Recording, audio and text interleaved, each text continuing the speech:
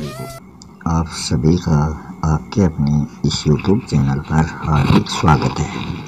आज हम बाल मनोविज्ञान के यूनिट फर्स्ट का जो पार्ट सेकंड है वो आपके सामने प्रस्तुत कर रहे हैं। फर्स्ट पार्ट में अपन ने 1 से लेकर 23 तक क्वेश्चन कर लिए थे। आज का 24 नंबर क्वेश्चन है, विकास के सिद्धांत में शामिल है। कौन कौन से विकास के सिद्धांत में कौन कौन से विकास शामिल हैं?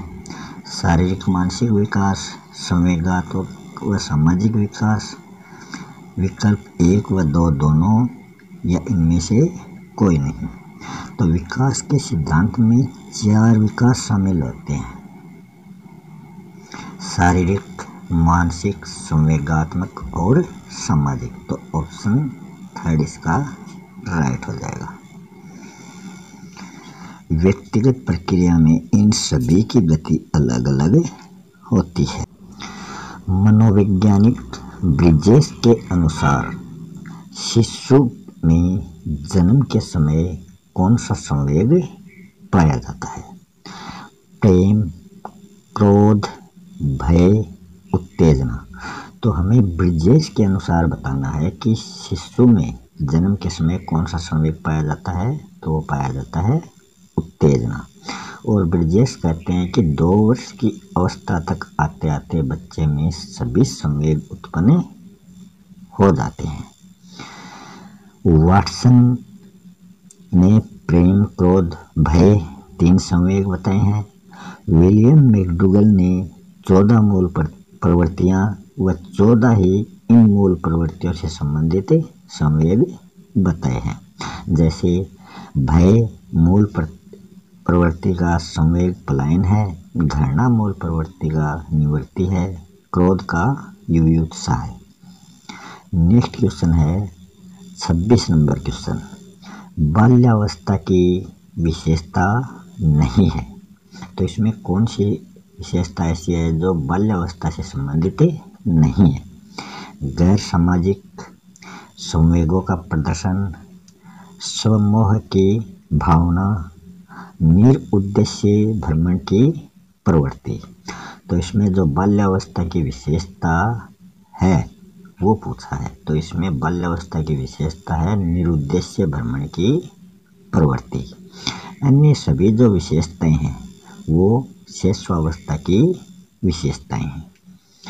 अन्य विशेषता है जो बाल्यावस्था की है वो है शारीरिक व मानसिक विकास में स्थिरता आ जाती है, मौलिकता, रचनात्मक कार्यों में आनंद बालक लेने लगता है, सामूहिक खेलों में बालक की रुचि बढ़ जाती है, काम शक्ति की न्यूनता बाल्यावस्था में पाई जाती है। तो ये सभी बाल्यावस्था की विशेषता है। नेक्स्ट है क्वेश्चन नंबर 27, किशोरावस्था का उपनाम नहीं है। यहाँ 4 नाम दिए गए हैं, इनमें से कौन सा किशोरावस्था से संबंधित नाम नहीं है? टीनेज, गैंग एज, वयसंधिकाल, जीवन का बसंत काल। तो इसमें जो गैंग एज है वो किशोरावस्था से संबंधित नहीं है, ये बाल्यावस्था से संबंधित है। बाकी तीनों जो हैं ये किशोरावस्था के ही उपनाम हैं। बाल्यावस्था का ये नाम है और टीन एज भी बाल्यावस्था को ही कहा जाता है।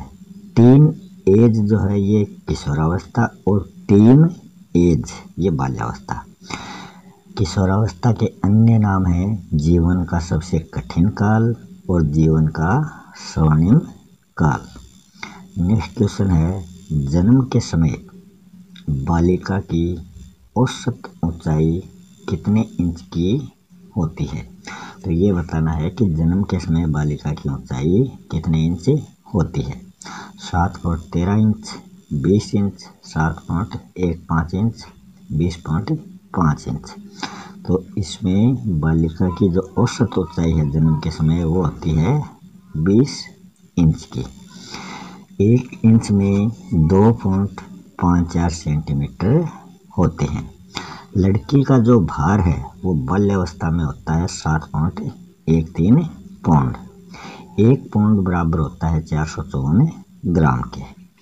और जो बालक का भार है वो जन्म के समय होता है 7.15 पाउंड। और जो लड़के की ऊंचाई है जन्म के समय वो होती है 20.5 इंच। बाल्यावस्था में जो भार है वो 80 से 95 पाउंड हो जाता है। मनोवृत्तियां जो है ये आंतरिक कायिक उत्तेजनाएं होती हैं। रक्षा युक्तियां व्यक्ति की भग्नाशा व कष्टदायक स्थिति को कम करने का काम करती हैं। नेक्स्ट क्वेश्चन है, आनुवंशिकता से तात्पर्य निम्नलिखित में से किससे होता है? शुक्राणु, अंडाणु, गुणसूत्र व जीन्स, डीएनए व आरएनए, सूत्री विभाजन व अर्धसूत्रण। तो आनुवंशिकता गुणसूत्र व जीन्स से प्रभावित होती है। जो जीन्स हैं इनमें डीएनए पाया जाता है। नेक्स्ट क्वेश्चन है, शिशु पहले पूरे कंधे, फिर कोहनी और उसके बाद कलाई और आखिर में अंगुलियों का प्रयोग किसी वस्तु को पकड़ने के लिए करता है। यह उदाहरण विकास की किस प्रवृत्ति के अंतर्गत आता है कि वो पहले पूरे कंधे, फिर कोहनी, फिर कलाई और फिर अंगुलियों का प्रयोग करता है? तो गमक या क्रियात्मक, आपादीय या भीतर से बाहर या भविष्यवाणी, इनमें से किस प्रवृत्ति में ये आता है? तो ये आता है भीतर से बाहर की ओर जो प्रवृत्ति है उसमें आता है। बैठना, चलना, दौड़ना ये गमक प्रवृत्ति की क्रियाएं हैं। ये गमक या क्रियात्मक प्रवृत्तियां हैं। मस्तकाधोमुखी जो है ये आपादीय है और पूर्वानुमेय जो है इसमें भविष्यवाणी की जाती है। मानव विकास पर वंशानुक्रम का प्रभाव जानने के लिए 50 जुड़वा बच्चों पर किसने अध्ययन किया है? तो ये अध्ययन थॉर्नडाइक ने किया है या कार्ल पियर्सन ने किया है, गोडार्ड ने किया है या क्लेनबर्ग ने किया है?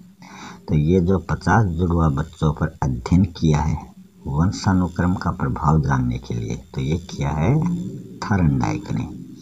थॉर्नडाइक ने मानसिक शक्ति पर ये प्रयोग किया है। शारीरिक लक्षण पर करने वाले हैं कार्ल पियर्सन और बुद्धि पर गोडार्ड ने अध्ययन किया है। प्रजाति की श्रेष्ठता पर क्लेनबर्ग ने किया है। व्यावसायिक कुशलता पर केटल ने अमेरिका के 885 वैज्ञानिक परिवारों पर अध्ययन किया है। सामाजिक पहलू पर विंसिप ने रिचर्ड एडवर्ड व उसकी पत्नी एलिजाबेथ पर अध्ययन किया है। चरित्र पर अध्ययन करने वाले हैं डगलस, जिन्होंने ज्यूक वंशज पर अध्ययन किया है। महानता पर करने वाले हैं गोल्टन, न्यायाधीशों वैज्ञानिकों पर इन्होंने अध्ययन किया है। नेक्स्ट है, वंशानुक्रम व वातावरण का सापेक्षित महत्व है जो गलत है, इनमें से कौन सा महत्व असत्य है वो बताना है। वंशानुक्रम व वातावरण का सापेक्षित महत्व है। अप्रत्यक्षता, असमान महत्व, प्रभावों में अंतर करना असंभव, पारस्परिक निर्भरता। तो इसमें जो असत्य है वो है असमान महत्व। असमान ना होकर समान महत्व होता तब ये सही सापेक्षित महत्व हो जाता। मानव वंशानुक्रम व वातावरण इन दोनों की उपज का परिणाम माना जाता है। आगे कुछ फैक्ट्स हैं। मानसिक विकास के लिए उपयुक्त विधि कौन सी है? वो है करके सीखने की। संवेदना जो है ये ज्ञान की पहली सीढ़ी मानी जाती है। किशोरावस्था में सामाजिक विकास पर असुरक्षा का प्रभाव पड़ता है, न कि रुचि आवश्यकता का। अपने शिष्य के संवेगात्मक विकास के लिए शिक्षक को चाहिए कि वह उसके प्रति प्रेम व स्नेह विकसित करे। कोहलबर्ग ने सही गलत के बारे में निर्णय लेने के लिए नैतिक तर्कणा को ही प्रमुख माना है। समाजीकरण प्रक्रिया में व्यक्ति मानव कल्याण के लिए परस्पर निर्भर रहकर व्यवहार अध्ययन करना सीखता है। पॉलीग्राफ की सहायता से तंत्रिका तंत्र में होने वाले परिवर्तनों को मापा जा सकता है, परंतु यह झूठ पकड़ने का विश्वसनीय परीक्षण नहीं है। कौन सा? पॉलीग्राफ। संवेग जो है वो एक जटिल अवस्था है। इसमें उत्तेजित होने वाली प्रक्रियाएं जो होती हैं वो आंगिक होती हैं। मस्तिष्क में पाया जाने वाला एंडोर्फिन्स न्यूरोट्रांसमीटर का कार्य दर्द संवेदना के संचरण को रोकना है और उत्साह प्रदान करना है। उत्साह प्रदान भी इसी न्यूरोट्रांसमीटर के द्वारा होता है। नेक्स्ट क्वेश्चन है, बालक को खुशी का अनुभव त्यागने की क्रिया द्वारा होता है, तो वो कौन सी अवस्था में ये होता है? गुद्दी अवस्था में, उत्तर लैंगिक अवस्था में, सुप्तावस्था में या जननांगीय अवस्था में? तो ये त्यागने की जो क्रिया है तो इससे बालक को खुशी का अनुभव होता है, तो ये होती है गुद्दीय अवस्था, एनल स्टेज। बालक का संतुष्टिकरण जननांगों पर केंद्रित होता है, ये होती है उत्तर लैंगिक अवस्था में।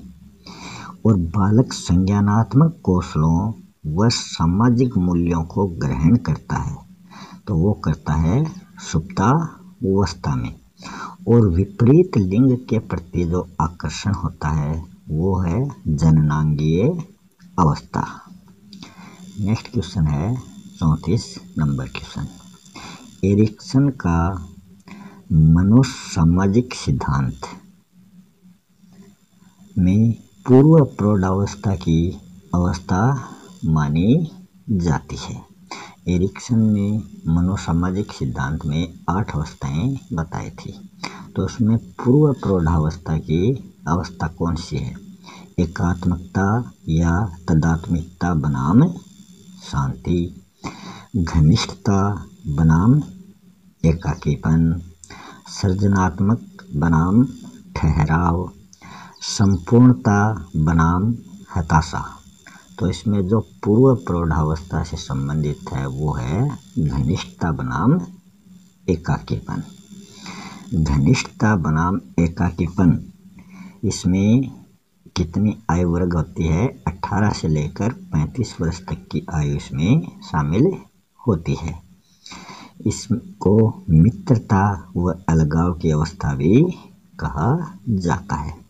और जो एकात्मकता व या फिर तादात्म्यता बनाम शांति की जो अवस्था है वो 12 से 18 वर्ष तक मानी जाती है।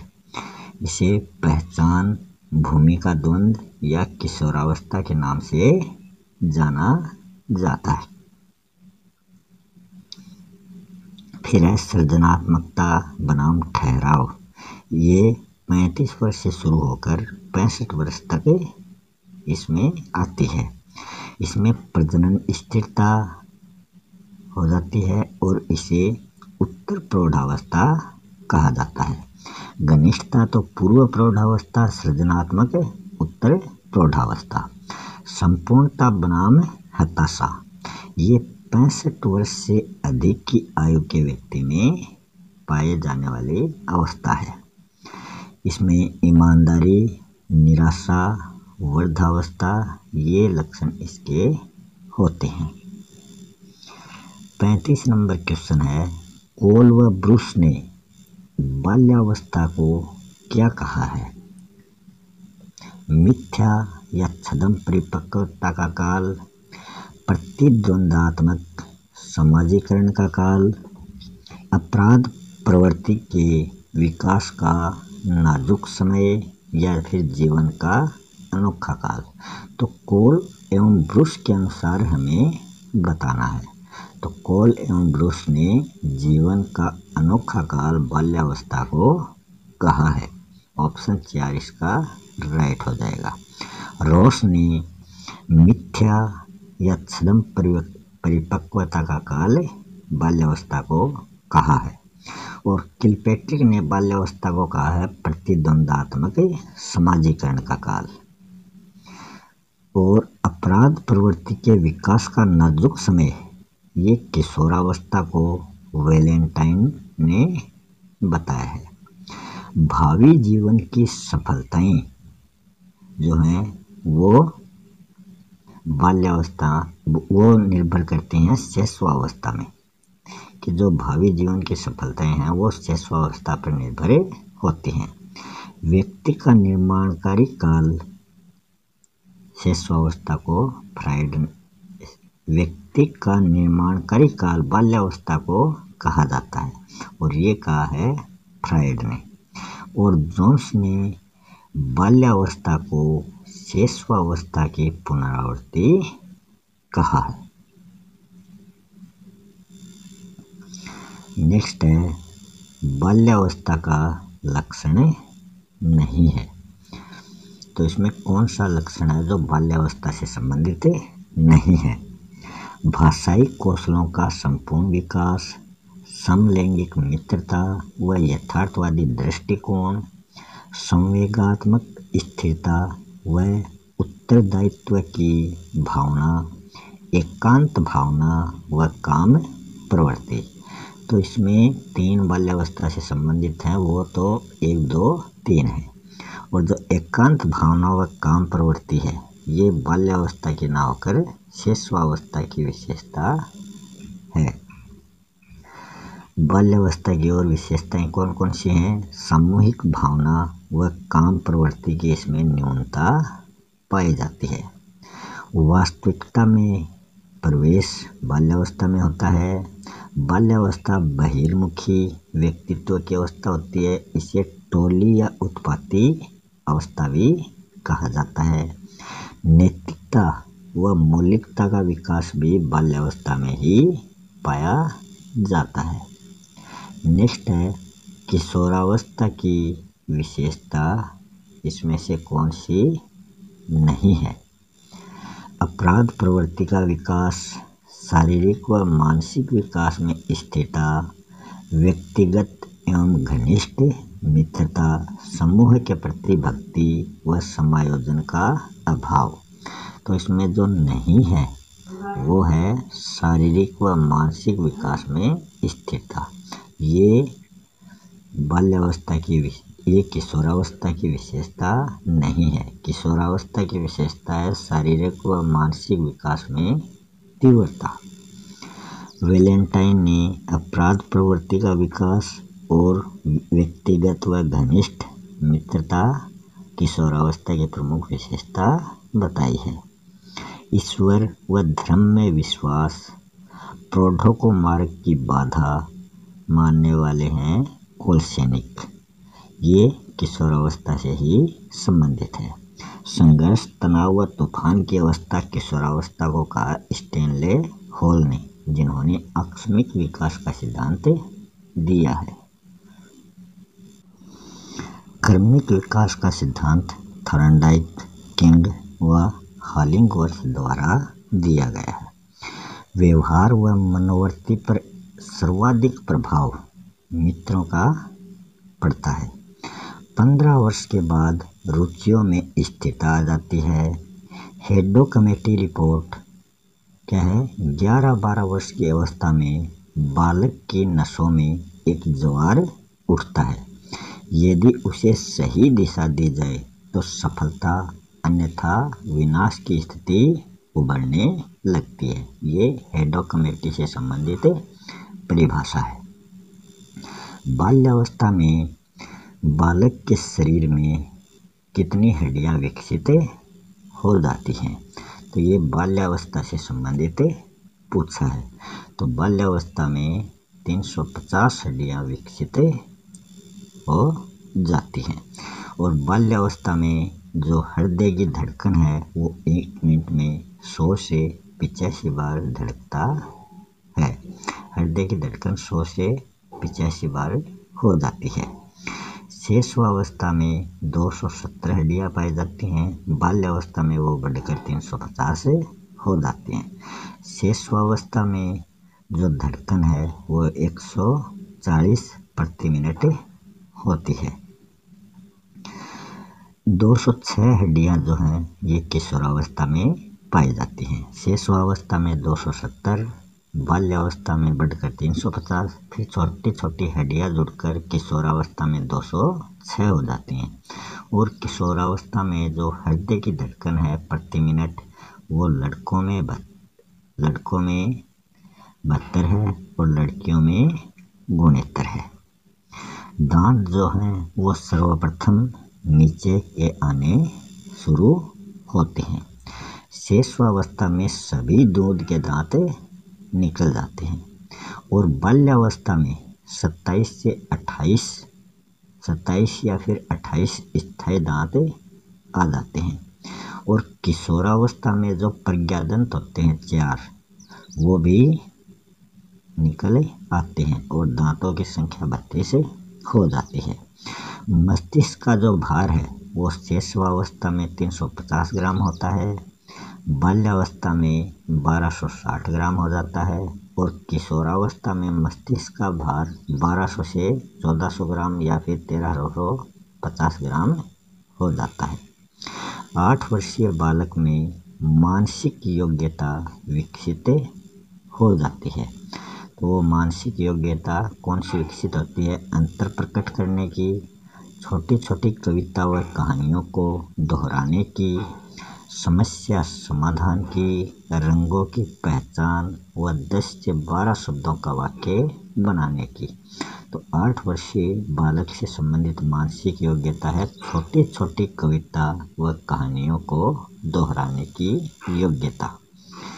और जो अंतर प्रकट करने की योग्यता है ये 7 वर्ष के बालक में आ जाती है। समस्या समाधान की योग्यता 12 वर्ष की आयु में आती है। और रंगों की पहचान व 10-12 शब्दों का वाक्य बनाने की योग्यता 5 वर्ष की आयु में विकसित होती है। 2 शब्दों का वाक्य व शब्द भंडार 100 से 200 शब्दों का हो जाता है 2 वर्ष में। प्रकाश व चमकीली वस्तुओं की ओर आकर्षित बालक कब होता है? जब वो 2 सप्ताह का होता है। भूख कष्ट में अलग अलग प्रकार से रोना ये क्रियाएं बच्चा करता है पहले महीने में। पसंद का खिलौना छांटना ये 8 माह का बच्चा अपनी पसंद का खिलौना छांट लेता है।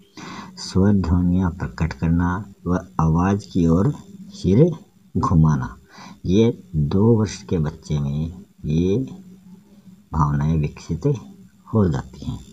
नेक्स्ट है 40 नंबर क्वेश्चन, संवेगात्मक विकास इमोशनल डेवलपमेंट से असंबंधित कथन कौन सा है? शेषवावस्था के शुरू में संवेग तीव्र होते हैं और बाद में वे मंद हो जाते हैं। बाल्यावस्था में संवेगों में अस्थिरता आ जाती है। किशोरावस्था में संवेगों का विकास जटिल हो जाता है। गेल्डार्ड ने कहा है संवेग क्रियाओं का उत्तेजक है। तो इसमें जो असंबंधित है वो है बाल्यावस्था में संवेगों में अस्थिरता ना होकर ये स्थिरता होती तब ये राइट हो जाता। तो बाल्यावस्था में संवेगों में स्थिरता आती है। विलियम जेम्स का उदाहरण बच्चे द्वारा भालू देखना जो घटना है उससे डरकर भागना एक प्रकार की दैहिक प्रतिक्रिया है। डर महसूस होना ये संवेग है। मस्तिष्क का जो बायां भाग है वो सकारात्मक संवेग में बाएं भाग में आघात होने के कारण अवसाद, भय, निराशा की स्थिति उत्पन्न हो जाती है। ये सकारात्मक संवेग है। जबकि दायां भाग जो है वो नकारात्मक होता है। इसमें क्षति हो जाने पर तटस्थता या सुख के आवेग की स्थिति उत्पन्न हो जाती है। तो मस्तिष्क में दो भाग पाए जाते हैं, बायां भाग सकारात्मक और दायां भाग नकारात्मक। बच्चे में नवीन सामाजिक संबंधों की स्थापना कब हो जाती है? प्रथम वर्ष में, चतुर्थ वर्ष में, बाल्यावस्था में या किशोरावस्था में? तो बच्चे में नवीन सामाजिक संबंधों की स्थापना 4 वर्ष की अवस्था में हो जाती है। प्रथम वर्ष का बालक को अगर किसी काम करने के लिए मना कर देते हैं तो वो काम नहीं करता है। बाल्यावस्था जो है इसमें लैंगिक अलगाव 8वें वर्ष में शुरू हो जाता है। सुझाव व ग्रहणशीलता भी बाल्यावस्था में पाई जाती है। किशोरावस्था में क्या होता है? स्वयं के समूह का सक्रिय सदस्य किशोर बन जाता है। और किशोरावस्था जो है ये जटिल समाजीकरण की अवस्था मानी जाती है। खिलौनों का आदान प्रदान बालक 5वें वर्ष में करता है और दर्पण में बने प्रतिबिंब को चूमने का जो कार्य है वो 11 महीने का बालक करता है। फिर नीचे कुछ फैक्ट और दे रखे हैं। अवधान के कौन कौन से गुण हैं? चयन, सतर्कता, एकाग्रता, खोज, ये 4 अवधान के गुण होते हैं। प्रत्यक्षीकरण की क्रिया संवेदना से शुरू होती है। जिन व्यक्तियों, घटनाओं या वस्तुओं का प्रत्यक्षीकरण होता है उन्हें उद्दीपक कहते हैं। प्रत्यक्षीकरण करने वाली घटनाएं या वस्तुएं ही उद्दीपक कहलाती हैं। जैसे व्यक्ति द्वारा गंध को सूंघना संवेदना है, वह उसे पहचानना प्रत्यक्षीकरण है कि ये खुशबू या यह गंध किसकी है, तो वो पहचानना प्रत्यक्षीकरण है। बाहरी जगत का ज्ञान हमें ज्ञानेंद्रियों के द्वारा प्राप्त संवेदनाओं से ही होता है। ज्ञानेंद्रियां प्रकाश, संवेदना ये आँख से संबंधित ज्ञानेंद्रियां, ध्वनि कान से संबंधित ज्ञानेंद्रियां, स्पर्श त्वचा और स्वाद जीभ, गंध नाक, और 2 आंतरिक जो संवेद ज्ञानेंद्रियां है गति संवेदी और प्रघाण तंत्र, ये अंग से संबंधित ज्ञानेंद्रियां होती हैं। वैसे 5 ज्ञानेंद्रियां हमारे शरीर में पाई जाती हैं जो बाह्य होती हैं। नेक्स्ट क्वेश्चन है 42 नंबर, जो आज का अंतिम क्वेश्चन है। निम्नलिखित में से सत्य कथन नहीं है। विधायकता की मूल प्रवृत्ति बाल्यावस्था में ही विकसित हो जाती है। विकास अभिप्रेरणा एवं अनुभव के फलस्वरूप होने वाले परिवर्तनों की उत्तरोत्तर श्रृंखला है। मानव विकास शारीरिक, संज्ञानात्मक, संवेगात्मक व सामाजिक में बटा हुआ है। व्यक्तिगत रूप से शिक्षार्थी एक दूसरे में वृद्धि दर द्वारा भिन्न होते हैं। तो इसमें जो सत्य कथन नहीं है वो है ऑप्शन 4। व्यक्तिगत रूप से शिक्षार्थी एक दूसरे से विकास की दर से भिन्न होते हैं, ना कि वृद्धि दर से। बाल मनोविज्ञान के आधार पर हर बच्चा जो होता है वो विशिष्ट होता है। तो आज के वीडियो में इतना ही। मिलते हैं नेक्स्ट वीडियो में एक नए टॉपिक के साथ। और हाँ, अगर आपने अभी तक चैनल को सब्सक्राइब नहीं किया है तो इस चैनल को सब्सक्राइब करें, शेयर करें और अपने अमूल्य सुझाव कमेंट बॉक्स में लिखकर अवश्य दें, ताकि आपके द्वारा दिए गए सुझावों के आधार पर हम कुछ परिवर्तन कर सकें। तो ये वीडियो बहुत ही यूजफुल है, जो एनसीईआरटी की पुस्तकों द्वारा संग्रहित किए गए हैं। मिलते हैं नेक्स्ट वीडियो में, तब तक के लिए आप सभी को धन्यवाद।